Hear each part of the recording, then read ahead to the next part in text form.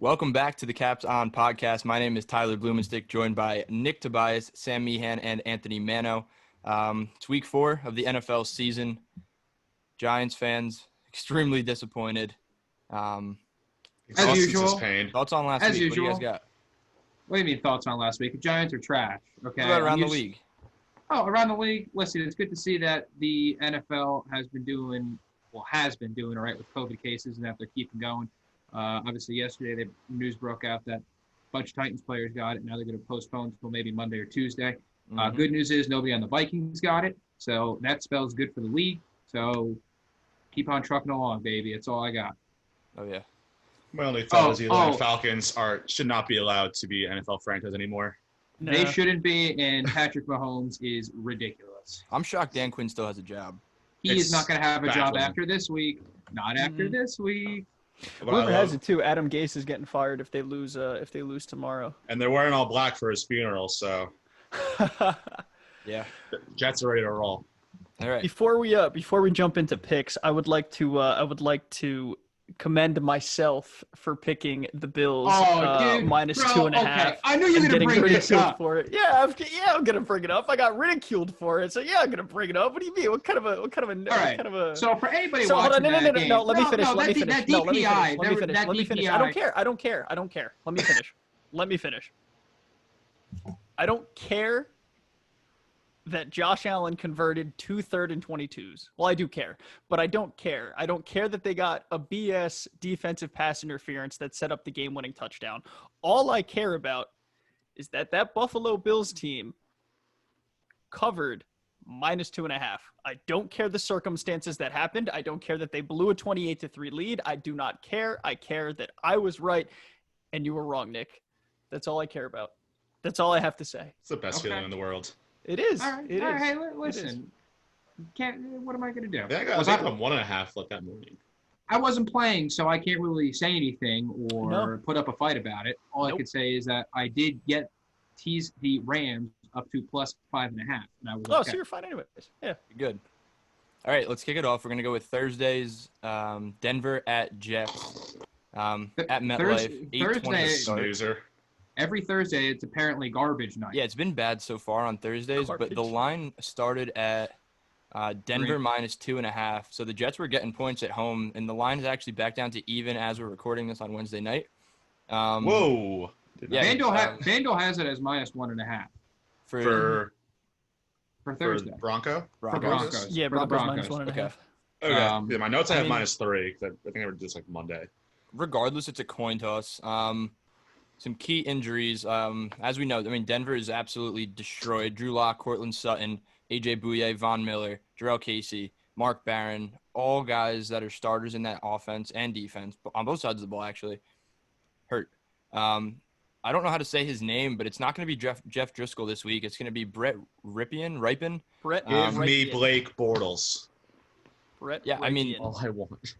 Is he really, before we get into picks and really go around, is he really – Is he a downgrade from Jeff Driscoll? Probably not really. I don't know. So, the reason the line moved from, I think it opened up as 3.5 and it went down to 1.5. The reason it moved down so much is because Jeff Driscoll isn't quarterbacking anymore, which really I don't think makes that much of a difference. This is one of the few games. Driscoll, more than whoever this new guy is. I've never heard of him before, so. Yeah, this is the first time I'm hearing of him.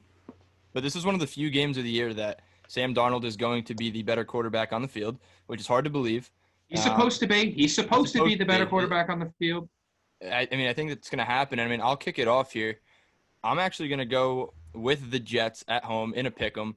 The only thing that scares me here is going to be Denver's run game.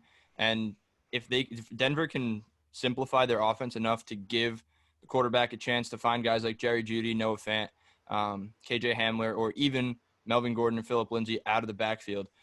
They have more weapons on offense than the Jets, but I just think the Jets as a whole should be able to get this game done at home.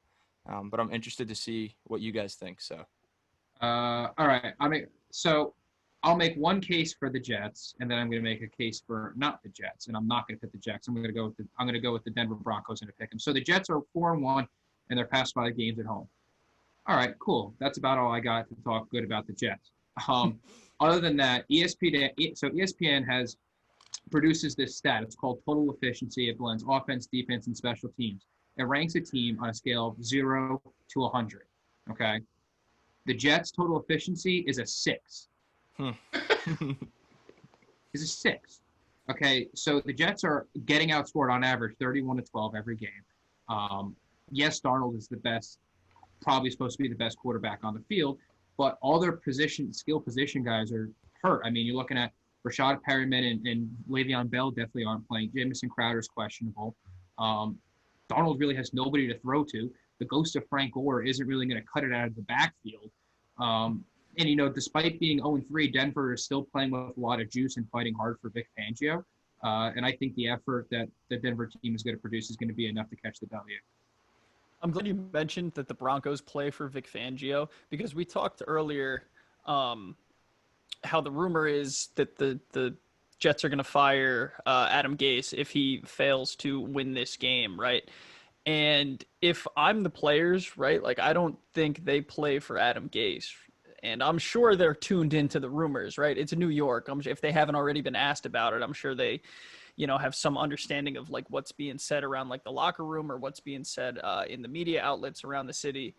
I don't think they're going to actively try to win to save his job. I think they're going to win because that's what you send a football player out there to do. Like no football player is going to purposely like cross his hand and lose, or like cross his arms and lose openly.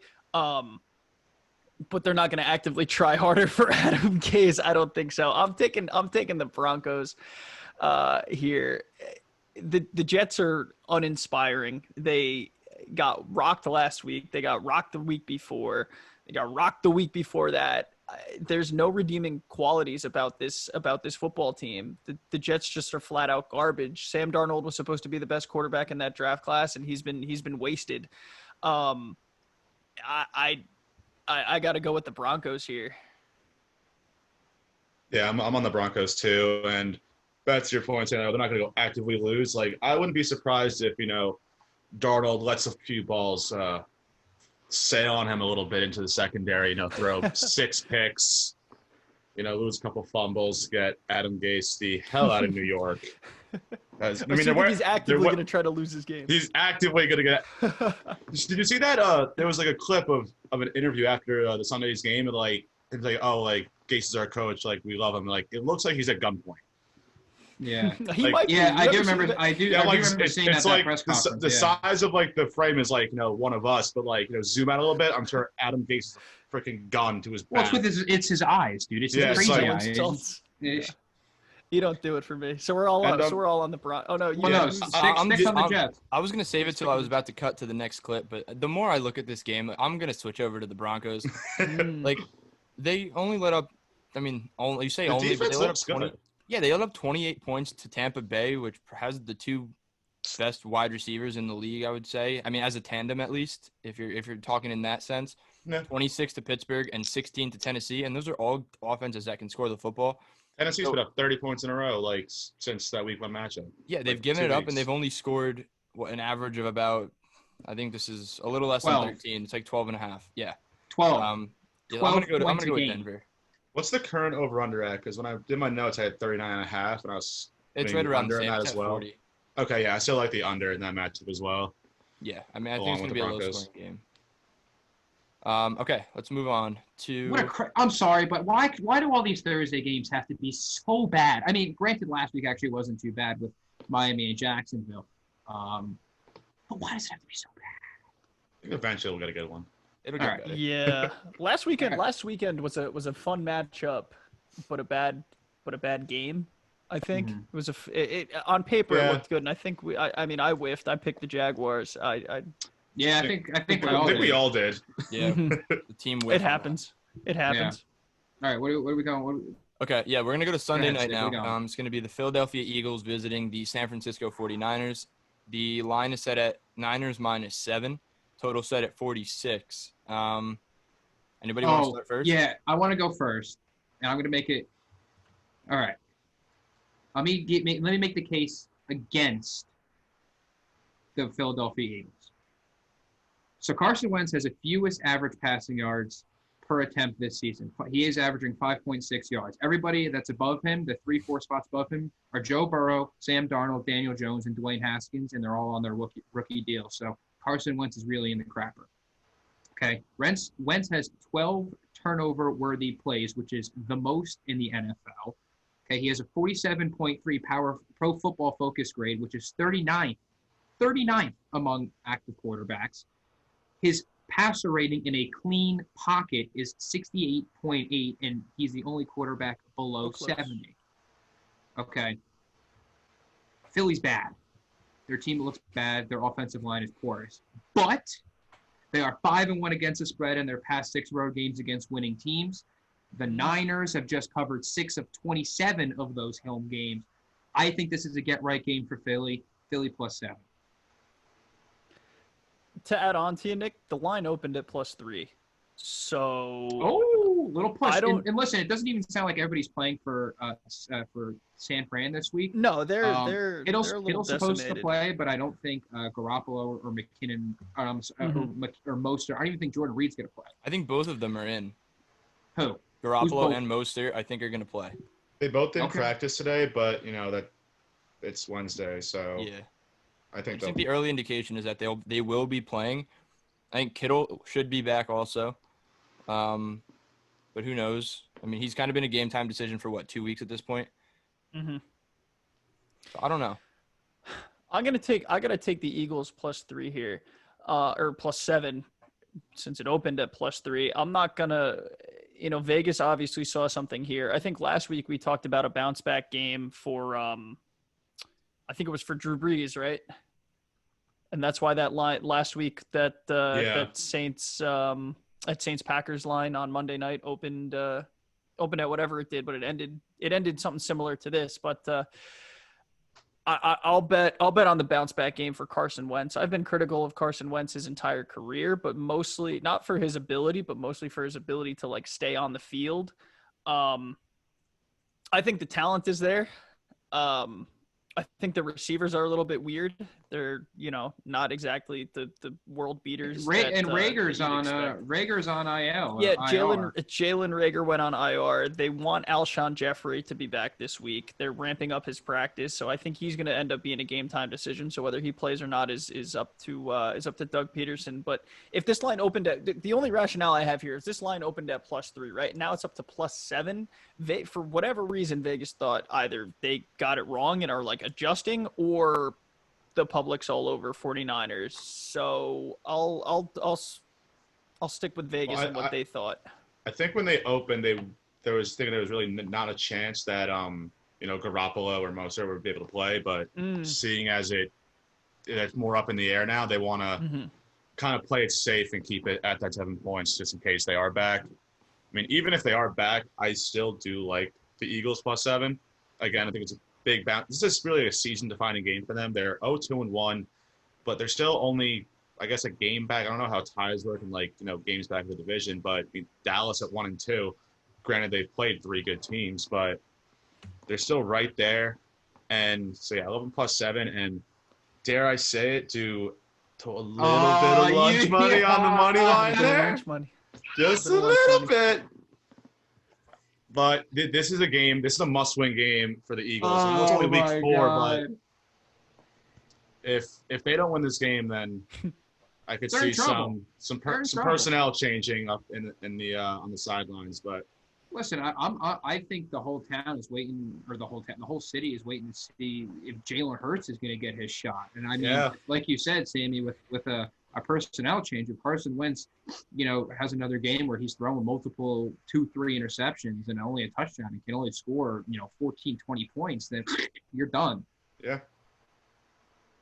All right, I'll close this out. I'm going to actually go San Fran -7, contingent on the fact that Jimmy G. There's no contingents here. There's no contingents. No, I'm saying, my pick is contingent on the fact that I think they're going to play. So, just based off of some fantasy stats, which are kind of an indication of how a team is.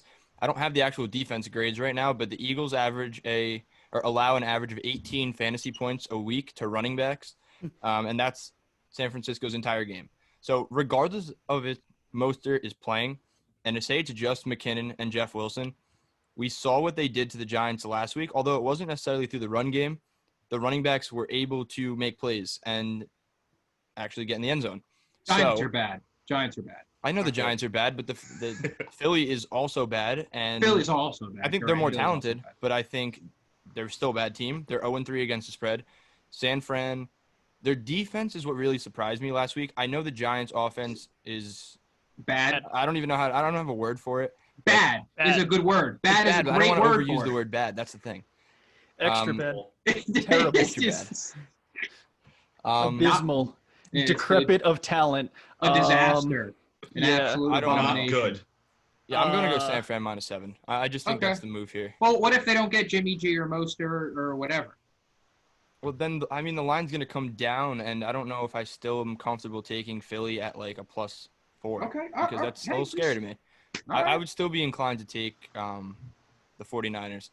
So let's move on. We're going to go to our easy money segment of the show, where it's basically our lock of the week. I'm going to kick it off with the Arizona Cardinals -3.5. Okay. All right. I agree with you. They're playing the Panthers. Last week, Kyler Murray threw 3 interceptions. I don't think that's going to happen against this Carolina defense because, let's face it, they're just not that good. Their secondary is not that great.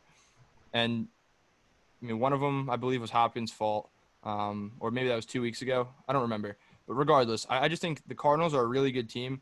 And if the Seahawks didn't exist, I think they'd win the division because they're good and they're better than any other team in that division. And they should just get a win here. 3.5 is a low spread against a Panthers team that just isn't good. It's very average with good players. McCaffrey's out, and they just don't have a lot of talent. So I don't know. I think this is an easy money game here, and I'm going to go with them for my lock. Yeah, I absolutely agree. You talk about Kyler throwing 3 interceptions last week. That's not going to happen again. Yeah. They're coming off of a bad loss, and now they're playing a poor Carolina defense that kind of got lucky last week against the Los Angeles Chargers. The Carolina offense was outgained by 134 yards last week, so it really looked like, the Chargers were kind of supposed to win that game. Carolina has a 28th ranked overall defense, and you're talking about an Arizona Cardinals defense, which can not only pass the ball, but run the ball with the running back and the quarterback. I think Arizona -3.5 is a good shout there, Stick. Who's up? Take it, Sam. All right. Best bet of the week. I love the Bengals -3. I think they're at home against Jacksonville. So Cincy has been competitive in all 3 games so far this year against there was a week 1 that was the Chargers, the Eagles last week, and the Browns week 2. And the Jags, I think of those 4 teams, they're might be the worst of those 4 teams, especially defensively. And I think Joe Burrow is going to be able to feast against the secondary the same way that, even better than like Fitzpatrick did last week. If he can think straight. Well, yeah, he's got to stay on his feet. That hit looked unbelievable. Entire crazy bone in his body just started crumbling. But he came back the next play. He came back the next play. So don't matter. SAC boy. That's the SAC boy, and baby. I think last week we saw who the Jags really are. Like, I think week 1 was a bit of a fluke for both them and Indianapolis. Completely agree. They're back to being, probably the worst team in football, potentially. And especially their defense. Like you were saying, the Jags are kind of showing who they are. Mm-hmm. You look at their defense played so well week 1, everybody was so surprised, and then they kind of got torched the past 2 weeks, and it's like, oh, okay, the Jaguars are back. And Burrow, even as a rookie, looks so comfortable and so poised that I think it's time for his first NFL win. And yeah, -3, I take a -4, 5, 6. I think this could potentially be a 10, 14-point win for Cincinnati. Nice. Yeesh. All right. Confidence. Mm-hmm. I got 2 easy money picks on my docket. I need you guys. I might have one with you. Pick A or B. Pick A or B. B. B. B? All right. Go for it. Browns and Cowboys. I'm taking the Browns minus 4.5. Yes, Nothing- that was my make the 4.5? Plus case. 4.5. No, I'm Cowboys minus 4.5. Excuse me. Oh. No, I know. Boo. I know. So No, my I- thing with the Browns, I right? agree. The Browns offense, right, has the ability to put up points in bunches. They have a probably top 5, 6 wide receiver corps in the NFL. If you look at guys like Odell Beckham Jr., like Jarvis Landry, they have Njoku, Austin Hooper. They signed in the offseason, a 2-headed monster at running back with Hunt and Chubb. That they can put up points, and that Cowboys defense isn't that inspiring. You flip that around though, and that Cowboys offense is going to absolutely curb stomp the Browns defense. I don't think it's even a comparable matchup for those two. I think for every 3 points the Browns can put up, the Cowboys are going to end up putting up another 7. And I every time I watch the Browns, they do this thing, right? If they're close in a game, they'll keep it close. But if they go down early, or if they sense that they're like falling behind, they don't do anything to really push the tempo. You know what I mean? It never feels like they can come back from like a 14-point loss. And I don't know if that's the coaching staff, because it's changed now. It's been 2 years I've been seeing this. I don't know if it's Kevin Stefanski who just wants to, run the ball, or if it's the personalities on that team, like an Odell Beckham Jr. and a Baker Mayfield, maybe not trying when they're down 14. But I think the Cowboys have the ability to put up points, and if their defense can't hold if the defense can hold the Browns to a mediocre game, I think 4.5 is easy. I think Sam, like what you were saying with the Bengals, this can get up to 10 for me, and I think I'd still probably be okay betting it. I don't think the Browns play very inspiring football. I got to take the Cowboys here. What's the over-under in that game? Like 60? 56? Like 60. Give me a second. Let me. It's like all a, right, it's like, so- it's like a Big 12 game. So I want to come back 56. at 56. whatever.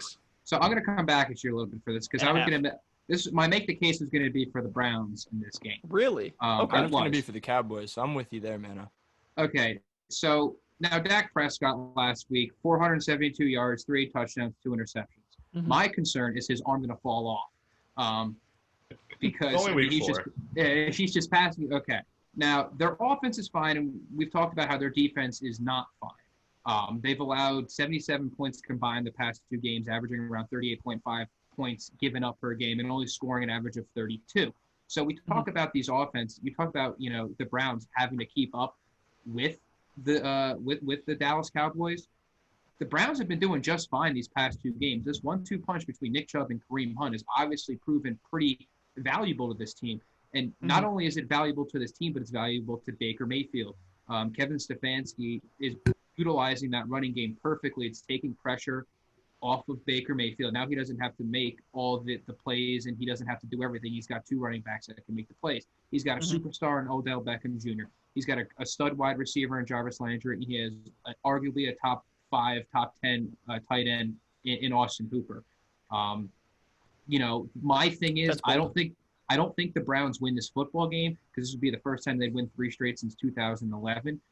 Dallas is 0-3 against the spread. I listen. My whole thing here is Dallas has played some tough teams between playing the Rams, the Falcons, and the Seattle Seahawks, and I think they kind of take their foot off the pedal a little bit here. They think they can kind of breeze through it, and I do think the Browns can kind of jump off. Get a quick start early in this game. I mean, Dallas has played catch up those past 3 games, and it's worked out for them a couple times. But I could see the Browns actually keeping up in this game and keeping it close. I don't think the Browns are going to win. And 4.5, I don't really like 4.5. I feel more comfortable with maybe 5 or 6. But I like the Browns at 4 plus 4.5. All right. I think that's a good segue into our make the case segment. I guess I was gonna say, did everyone give a? Well, I mean, I'll make a quick lock. We were actually talking about it before we went on air. We were talking about Pittsburgh at Tennessee. That might be postponed to later this week. Tennessee they opened at minus 1.5. I don't know if the game's still available on the sportsbook since it's kind of postponed. But Pittsburgh plus 1.5 at Tennessee. Tennessee players, personnel, coaches aren't going to be allowed back into the facility until Saturday. So that means no practice, no organized team activities. Now, you look at 3 teams that are both unbeaten, 2-3-0 teams. Granted, Pittsburgh has beaten 3-0-3 teams when it comes to the Giants, the Denver Broncos, and the Houston Texans. At least they look dominant doing it.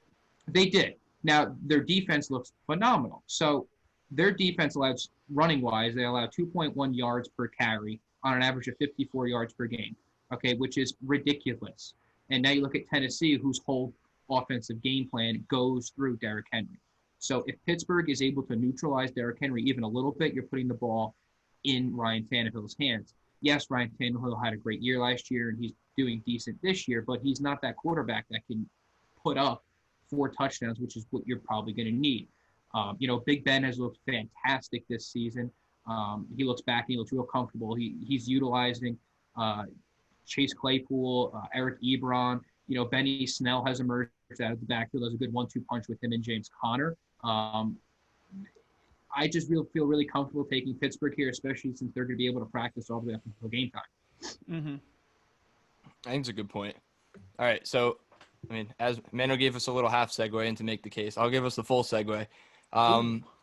Moving on to make the case. I gave you the little motorized scooters, not the full, or not the motorized scooters. Remember it was like 2016, 2017. Oh, the hoverboards. Had the hoverboards. Yeah, the little half Segway. I give you one of those, as opposed to ones that they're riding around the Disney parking lot in with the full on Segway. Okay, sorry, Full I'm Paul rambling. Go. I'll take it. Not like the Paul Bart Segway. I gave you the hoverboard. Okay. Go ahead. I have 2 that I really want to talk about. And Okay. I'm going to go and make my case for the Buffalo Bills -3 against the Vegas Yes. Raiders. Yes. The thing with me is here, the only impressive win, I know it's a small sample size over 3 games, but the Raiders beat the Saints, and that's really the only impressive victory. Carolina is bad. They beat them in week 1. Which you can argue the Saints aren't even that impressive this year. They aren't. They were without Michael Thomas. That's the thing. But it's still They a looked good Saints better in team. week 3, the Saints. that Sure. is. Yeah, no, I think they're a good team, and they're going to be there at the end. But the thing for me there is Darren Waller went off that game. They had no way to contain him. And he wasn't even 100% healthy. He was like I know, a but the solid Saints 75. defense had no answer, like No, absolutely no answer. I know. But then you go to New England, and Belichick is that guy that has the ability to just put his finger on a single guy and say, you're not going to catch the football today. And that's what he did last week to Darren Waller. So that just leaves, with Henry Ruggs out and Hunter Renfrow really being the only other option there, Tyrell Williams is out for them. Bryce don't have Edwards many is out for them options too. there. Yeah, it's the only thing you need to stop if you shut him down is Josh Jacobs. So you stop Darren Waller, and you force the other receivers to get open, and then you just play good run defense, which the Bills have. And they also have the linebackers like Tremaine Edmonds that can stick with Darren Waller, and they have good cornerbacks and they have good safeties that can also shadow him. So They also have arguably the best safety in the league right now with Jordan Poyer. I think he has the highest PFF grade for safeties. yeah, they have guys that have the ability to cover Darren Waller, and they're good against the run also. And I just think 100%. Josh Allen is unstoppable right now. And this Vegas defense just isn't good. They gave up 34 points to Carolina. They gave up 30 points to Carolina, 24 to New Orleans, and 36 to New England. And you can argue that New England doesn't even have that great of a high-powered offense. So Does it I think concern you at all that they blew a 28-3 lead and had to take it to like the last stretch of the game to beat the Rams? No, because I think the Rams are a better team than Vegas. And it doesn't surprise me that the Rams offense put up points like that because they have more weapons. I think Jared Goff is miles more talented than Derek Carr, although maybe not miles. I feel like that's a stretch. But he's a better quarterback. Cooper Kupp and Robert Woods have the ability to score. Tyler Higbee is another good option. So, look, it doesn't surprise me that they came back on the Bills, but I just think that the Bills will be able to do it. So I agree with you with the Bills -3. I'm going to make one thing. Josh Allen, career in the red zone, 42 touchdowns, 1 turnover. He's good. He's good. That for a dude Good that point. was ridiculed for his accuracy Which isn't the coming out of best. college. It No, isn't it isn't the best. No. But You he's know what he's not he- ridiculed for? Hand Big size. hands. Hand size. Yeah. So wait, real quick. Well, I had to make the cases. I'm gonna really go into the other one, but one of them I actually had the Raiders money line. Oh, So if you look at the 3 games they played, a shaky performance but still a win against Carolina at Carolina, a pretty dominant victory at home against New Orleans, and then they went to New England and didn't really look too good again. I know there's no fans, but they looked significantly better at home. I know they're missing some weapons, and Buffalo looks really good at their best, but like that, I am a little concerned about that blown lead, and that's why. And Derek Carr looks great this year. He looks real rejuvenated. He does. I don't think he's turned the ball over yet. If I'm not mistaken. I don't know. I'll have to look. I know he has no interceptions, but I don't know if he has a fumble or not. But I'll get into my actual one later. But They got 6 touchdowns, no picks. Baller. Interesting. Listen, he's making it work, and that's the thing. I'm so surprised that the Raiders are. The only reason the Raiders are playing, I think, as decent as they're playing is because their defense is really not that bad anymore. Their defense is kind of holding them in games. Josh Jacobs is so versatile, through the air and on the ground. They're able to put up points, like you said. Like both of these teams, the Bills and the Raiders, are 2 of the 6 teams to hit the over in all 3 of their games so far. And the over/under is at 51.5. So, I mean, I could see this being a back and forth game. I like the over club here. Okay. Who's up? I don't hate the over pick either, like especially seeing what the Bills defense just blew a lead like that. It's susceptible again. I mean, we've seen the Falcons kind of do the same thing, right? Like kind of blow a lead once, and it's like it's always in the back of your head. It's been in their heads since Super Bowl. Like I don't think it's extreme. They have not been the same team since then. It's probably not as extreme as what the Falcons are going through right now, but it's still something to monitor, even though you won the game, right? Like you still watch the film and you're like, here's why we came back or here's why we, blew a 28-3 lead. So I guess I can segue into my pick of the week, into my easy money pick, and it's Patriots. Isn't your make the case or because it is make the case? No, it is my make the case. You're right. You're right. Okay, sorry. I just got 2 of them. I'm ready to rock. I'm making the case for the New England Patriots. Okay. Yeah. Let's go. I want to hear it. Let me hear it because I'm going to come with you on this. So last week, it's New England +7. If anyone needs to know it's +7. I can't remember the last time a New England team was like plus anything more than like 3 or 4, and for all I know it could have happened earlier this season, but I think week 2 against Seattle was the first time they were a dog in like 4 or 5 years, something like that. Nice in the and regular listen, season. Last week my rationale to bet on the Chiefs on the Sunday, or was it Monday night? Monday night game was to not bet against the Super Bowl MVP. So why has my narrative changed, and why am I now betting on the Super Bowl MVP? And the answer is fairly simple. It's Bill Belichick, right? I think if you watch that game on Monday, there were some things that Lamar Jackson was able to do fairly successfully and some things that he wasn't able to do fairly successfully. They had a decent option game going where he was able to run the ball. Some of his medium throws were okay. Some of the deep balls were shaky, and the short throws weren't really there. I think Bill Belichick watched that game as he, should have, because he's the coach and he has to, compute some sort of game plan. And he's going to put his guys in the position to win the football game, like outright. Like he saw you play to win the football game. He saw what Lamar Jackson did, and he's got a very similar quarterback in Cam Newton, and he's going to put Cam Newton and that Chiefs defense in a position that made them uncomfortable.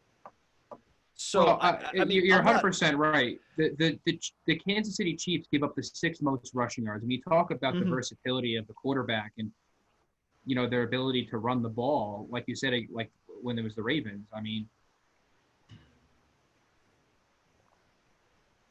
I thought you were gonna. I thought you were gonna keep going. That's why I took a sip of water.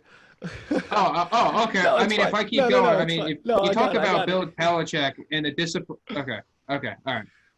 No, you're Oh, right. I guess Bill I am Belichick- done. Okay. Anyway, Bill Belichick is a great coach. He just coaches disciplined teams, and and you saw the options with the Chiefs, and you saw the Ravens defense when Andy Reid was calling these options, and they weren't disciplined. They're over pursuing. They're not staying home, and that's something that Bill Belichick just simply won't let happen. New England has a very, very good secondary. They're disciplined. They know how to stay with their man. This matchup is a great measure to see how Cam Newton and Bill Belichick can kind of mesh and figure it out together. I have a hard time. I like New England +7 here. I do, but the manner in which the Chiefs left the Ravens shell shocked, it makes it really tough to kind of go against the Chiefs offense. But it's Bill Belichick, and like you said, let's roll. Well, yeah, like I was saying, I trust Bill Belichick to put Cam Newton in the positions that to succeed, unlike John Harbaugh did with Lamar Jackson. I hate betting against the Patriots, but I also hate betting against the Super Bowl MVP. So I'm in a little bit of a tough spot here. These two teams have played it close in the past. I mean, I don't see any reason that this isn't going to be close this time. And the Chiefs defense, even though they kind of balled out last week, still don't inspire me that much. I'm not in love with them. I'm in love with the performance they had last week. They were very well prepared. I'd like to see them do it twice. Pats +7. Okay. All right. So I have two make the cases. I'll make them both pretty quick since I don't want to take up any more time. My first one is going to be the Chicago Bears +2.5 at home against the Indianapolis Colts. Okay. I like that. That's interesting. Nick Foles stepping into that offense gives Matt Nagy so much more versatility in what to do and what the ability that Nick Foles has. As soon as you see Foles come in last week, you immediately see an energetic jump on both the offense and the defensive side of the football. He threw 3 fourth-quarter touchdowns last week, which he looked great. I mean, Foles looked great last week, and Indianapolis is short-handed on the offensive side of the ball. I mean, they're missing Pittman Jr., they're missing Campbell. All they really have left is T.Y. Hilton and Jack Doyle and Jonathan Taylor and Nyheim Hines, which, okay, but at the same time, I don't know. The Bears haven't really been inspiring too much in their wins, their first 2 wins, except for their comeback win last week against the Falcons. And the Bears have yet to score a touchdown in the third quarter, which I don't really think means that much. But I think Foles is a massive upgrade from Mitchell Trubisky, maybe not just skill-wise, but just personality-wise and versatility-wise. So I think Chicago, I will take the home dog at +2.5, and I will probably take their money line in the situation too. I think they win the football game. For what it's worth there too, that game opened at a pick'em. So I really like the Bears. I really like the Bears this game. I think their defense is good enough to do the job. And I think their offense has enough weapons between Allen Robinson, Anthony Miller, Jimmy Graham, Dave Montgomery. I think they have enough to do it through the air, through the ground, and hold them on the side to, at least keep the game close and catch a W. I never thought in 2020 that Jimmy Graham would still be some sort of relevant, but here we are. Okay. And I thought he was done 6 years ago, but and he was done. He was done with Mitch Trubisky, but then you see the way Foles can pass the ball and how he can move the ball down the field. And now you look at Jimmy Graham as a legit red zone threat because Nick Foles knows how to throw a football. And Graham had a big week 1. He had a decent week 1, I believe. But it's just been, when he was on the Packers and everything, it's just been what's good with Jimmy Graham? Yeah, it's just been what's good with Seahawks. Jimmy Graham. Speaking of the Seahawks, that's a good segue. So I'm making the case for the Miami Dolphins +6.5 against the Seahawks. Okay. You have to make a good case here, Nick. A real good case.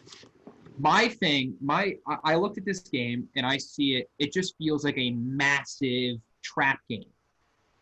Okay, so Seattle they have the longest road trip in the NFL this week. They have to go from Seattle all the way down to Miami. Miami didn't have to go anywhere. They went from Jacksonville to Miami. They didn't have to go anywhere.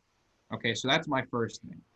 My second thing, yes, we know Russell Wilson has had 14 touchdown passes, which is 10 more than the total Giants team has had.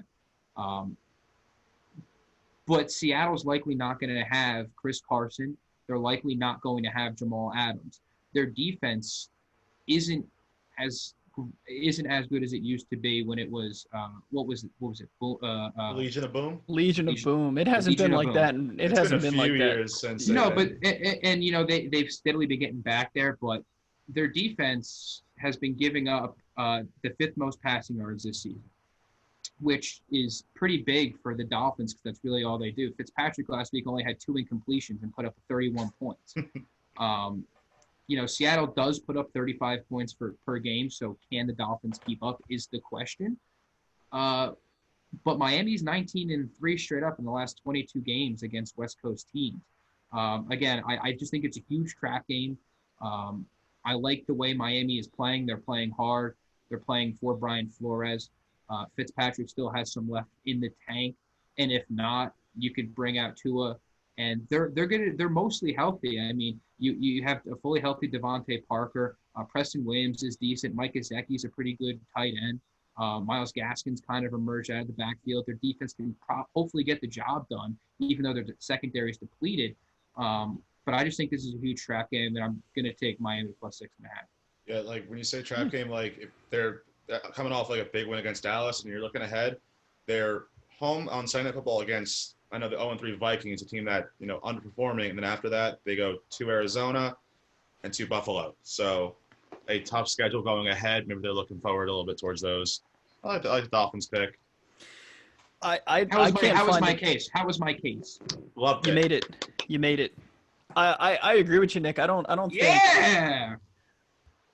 I could see this being like a 14-point game. I could see Seattle winning the game. Seattle, I could see winning the game. It's not that I can't see winning the game. The way this game plays out in my head, right, is that it's a 14-point game, and there's some garbage time 4-minute Fitzpatrick, whatever run, and then they go for 2 and you lose. It's like bam, like 35-29. Yeah, something like that. It screams late game backdoor cover, which it also does. probably screams trap game too. I convinced you. I could take it. Yeah, Let's that's go. even something that I'd be interested in, like putting in like a tease of some in Exactly. a tease. I'd Yep. have to Teasing go like through 14 or the something. other. Listen, I like 7.5 more than I like 6.5. But I will take 6.5 and maybe, like you said, tease it up maybe with the Philly game and try to get a little extra points out of that. Well, I like these teasers. What I've been doing recently is I like the teasers, the teams that are like +10. So like this week it'll be fucking Washington at +13. I could tease them up to, it'd be like 19.5. I think it'd be the Rams or the Giants at like +19.5, and then I could even throw the Patriots in there and get them to 7 + 6. They're 13.5. It's an option there. Same with the Eagles. There's a lot of options when you throw teams in a teaser like that, and you can get some more points, especially if they're favored to, if they're supposed to lose by like 2 touchdowns because they're extra bad. All right, I guess. Go ahead, Sticky. Go ahead. Ready to move? Hey, real quick, I just got my we'll make the case. I said I sprinkled the Raiders a bit before, but like my actual one, like it's actually the Ravens -13 against Washington. Which doesn't seem like that crazy, but that's a lot of points. That is a lot of points. But as you've seen, you're gonna touch this game. I don't want to touch this game. Oh, I'm hammering this game. I'm with Sam. I considered it. I considered it my easy money.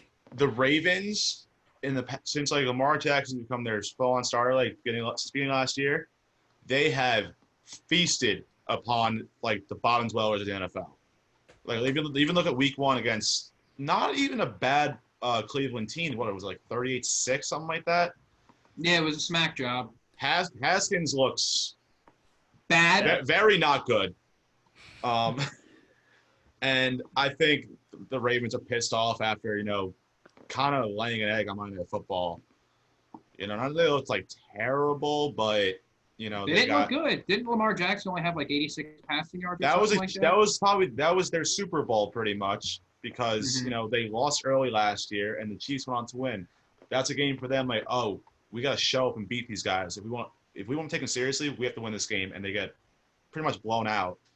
I think they come out pissed off and they win this game by 30 points. No Chase Young this week either. Where Oh he's no, day-to-day. I didn't even know that either.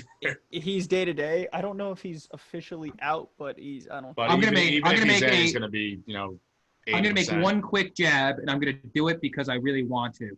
Giants plus 12.5 because they're going to cover one. They're going to cover the spread in one game this year. They're going to do it. Giants money line, baby. It's not this one, Nick. Nick, it's not this one. You're not. It's not this one. It's not this one. They may lose by 70. All right, we're going to move on. We're going to go to the last segment of the week. It's going to be our Monday night segment. We have the Atlanta Falcons and the Green Bay Packers. Packers -7. Total set at a whopping 56.5. Sam's pointing out. Over. Us off? Over. Oh, yeah, I'll start it off. So the Falcons from quarters 1 to 3 have been an incredible team, great offense. They can make some stops enough on defense. Then the fourth quarter comes around and they turn into like a CFL team playing in the NFL or some shit. Like, I think their collapse happens a little earlier this week. I think they still got to a hot start. Like, if you like doing like first half bets and stuff like that, I wouldn't hate, like a Falcons first half. But Rodgers again is pissed off. He is still a top 3 quarterback in the NFL. I don't think he's 2 or 3. And like, I love the Packers -7 here. I think they might be the best team in the NFC, either them or Seattle. And again, a big brain move by the Packers organization, drafting Jordan Love to just light a fire under Aaron Rodgers' ass. Just get him pissed off. And then also over 56. Over 56. I'm going to make this short. To be honest with you, I am kind of nervous about the 7 just because the Atlanta Falcons are supposed to have Julio Jones back and what their offense is capable of. Mm-hmm. I will probably take Green Bay -7. Do I love it? Not really, but I do like to bet, even though I'm not great at it. My case is so Green Bay is the only team in NFL history to score 35 or more points in the first 3 games and have 0 turnovers. So their offense is really good. Dan Quinn, his job is on the line, and it's a pretty bad spot to have your job on the line if you're playing prime time at Lambeau. So Aaron Rodgers is a stud. Their Atlanta's second defense is not good. I'll go Green Bay -7. All right. You want to go, Manna? Yeah. You don't sound too confident. I'm not. I'm not gonna put up a front here. I'm not very confident in this game. I know. Neither am I. Neither am I at all. I like the Packers a lot, right? They are probably one of the more talented football teams on both sides of the ball. Like, you're right, Sam. Whoever pissed off Aaron Rodgers deserves a promotion of some sort, whether it's the GM or whoever decided to pick Jordan Love and all. Just give him ownership of the team instead. Yeah. At this point, why not? The issue here is the Falcons' offense, right? Like, I don't think anybody denies that offense is good. They play extremely fast. They play extremely hard football. They have 3 probably top-end wide receivers. I mean, Julio, up for debate whether you put him 1, 2, 3, 4, 5, somewhere in that. We can get into that another day. Russell Gage in the slot has really shown out, and Calvin Ridley is really starting to show like Calvin Ridley's balling. Yeah, he's an absolute baller, and he balled at Alabama too. And you see why he was, what top recruit and why he was drafted. I think it was like the 2nd or 3rd round, but like he probably should have been drafted a little bit higher. 7.5 for an offense like that kind of scares me for the same reason that we were talking about earlier. It's like a little backdoor cover. If they're losing by 14 this entire game, and not even if they blow a lead and lose by 14, right, or come close to blowing a lead, like eventually this offense is going to get it like right, and they're just going to keep up. If the defense isn't going to put up points for you, or if the defense isn't going to stop anybody, just keep firing with the offense. You know what I mean? Like, it's kind of what the Chiefs have done in years past, where the offense just goes out and kind of wins the game, and the defense is really put in a situation where they just have to hold like a 15-point lead or something like that. I don't think it's going to be anything like that necessarily, but I kind of want to take the Falcons plus 7.5. I know. I really kind of want Part of me to. really wants to too.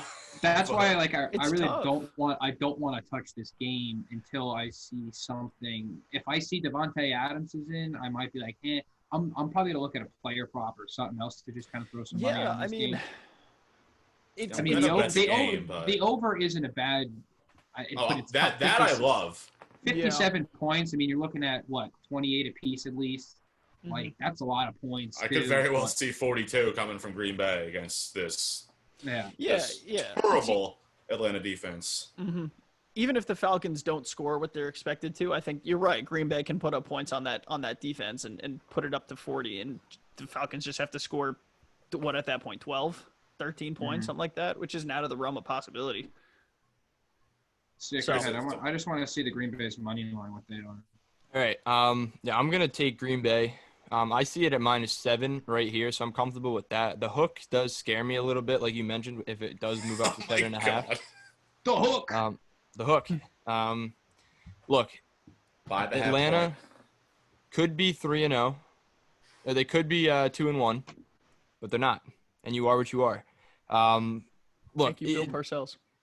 You Dallas already is lead. one of those teams that are good, and they blew a whopping game to that. Like a big, huge, absolutely big lead, lost, gave up 40 points. In Chicago, I mean, we've touched on all this. We know that Dan Quinn's job is on the line, and I think Dan Quinn's getting fired this week. I think Oh, the 100%. I've been Packers thinking are that for going to 2 run them out of the years. building. It's at Lambeau. The Falcons' defense is just bad. The Green Bay Packers' defense is going to be able to rush Matt Ryan, and for whatever reason, going to be able to rattle him. But he gets rattled anyways, somehow. Just doesn't put up points in the second half.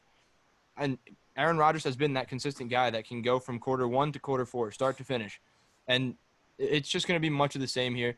The total is really, really high, and I don't think that's because of the Falcons. I think that's because it's The going to be Aaron Packers. Rodgers against Green Packers Bay. have put I up could see this being- 43, 42, and 37 this year.